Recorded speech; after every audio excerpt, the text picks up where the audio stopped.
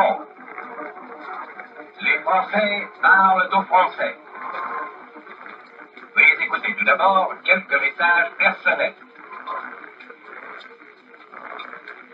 Les sanglots longs des violons de l'automne. Je répète, les sanglots longs des violons de l'automne.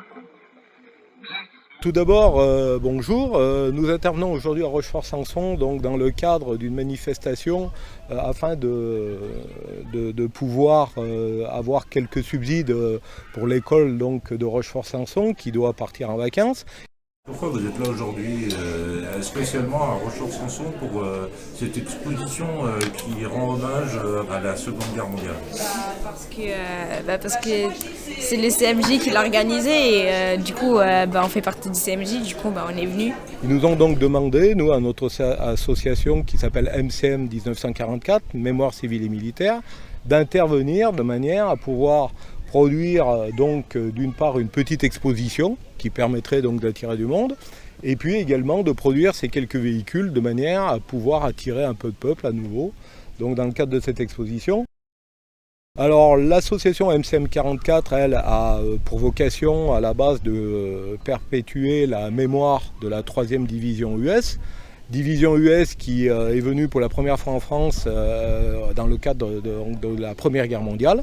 Première Guerre mondiale donc où cette division s'est particulièrement discernée au combat donc dans la Marne.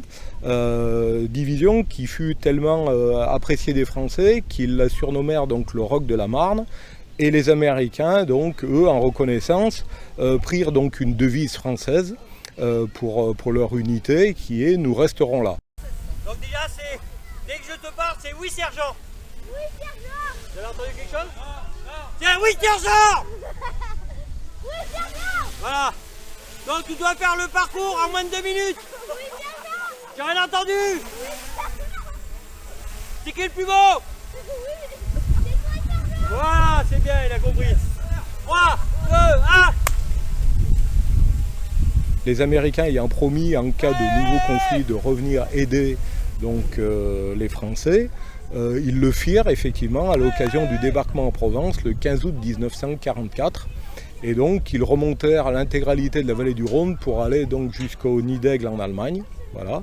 Et donc c'est une des divisions, la 3e division US qui faisait partie de la 7e armée américaine et qui donc a été particulièrement discernée au niveau donc, de la bravoure au cours donc, de la Deuxième Guerre mondiale. Et nous avons particulièrement, pour cette division US, eu à peu près les plus grandes distinctions qui puissent être attribuées donc, à une division. Et il y eut donc, entre autres, un célèbre soldat donc, de la 3e division US qui, à la fin de la guerre, eut donc une reconversion assez atypique puisqu'il devint acteur de cinéma et que c'était Audie Murphy donc, qui tourna plus tard donc, des films de guerre et des films de cow-boys. Voilà.